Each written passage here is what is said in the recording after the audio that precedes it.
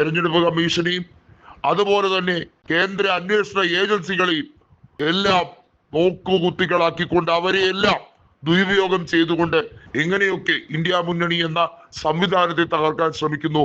അപ്പോഴാണ് പ്രതിപക്ഷം ഒറ്റക്കെട്ടായി നിൽക്കുന്നത്. ജാർഖണ്ഡിൽ നമുക്കറിയാം 2024 ഹേമന്ത് സോറനെ ഏറ്റവും അധികം വേട്ടയാടിയിട്ടും അധികാരത്തിൽ തിരിച്ചു വന്നു വീണ്ടും അധികാരത്തിലേക്ക് തുടരുന്ന അവസ്ഥയാണ്. അതിന്റെ മിനിയേച്ചർ ബീഹാറിലും ഉണ്ടാകും. നമുക്കറിയാം ജാർഖണ്ഡ് ബീഹാറിൽ നിന്നും വിഭജിച്ചു പോകുന്ന സംസ്ഥാനമാണ്. ബീഹാറിൽ ഭരണ തുടർച്ച ഉണ്ടാകില്ല എന്ന് നിതീഷിന് വ്യക്തമായി അറിയാം. നിതീഷിന് ഇനി ചെങ്കോലും കിരീടവും BJP നൽകില്ല. അതെല്ലാം മോദി റിസർവ് ചെയ്ത് വെച്ചിരിക്കുകയാണ്. തെരഞ്ഞെടുപ്പ് കമ്മീഷനെ കൂട്ടുപിടിച്ചോ എന്ത് അട്ടിമറി നടത്തിയോ ആകട്ടെ, ജയിക്കുക എന്നത് മാത്രമാണ് ആ മനുഷ്യന്റെ ലക്ഷ്യം.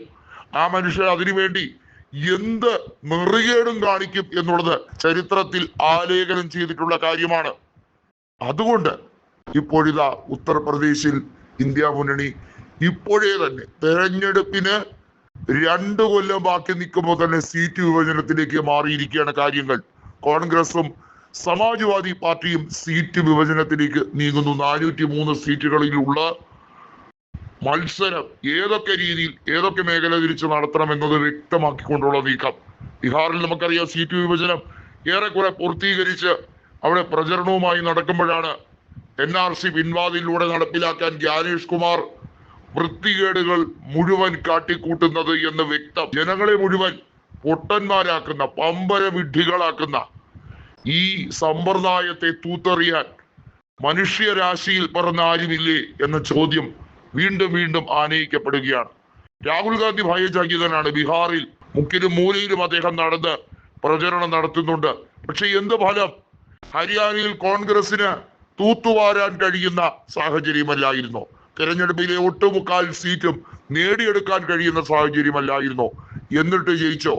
അവിടെയാണ് അട്ടിമറി.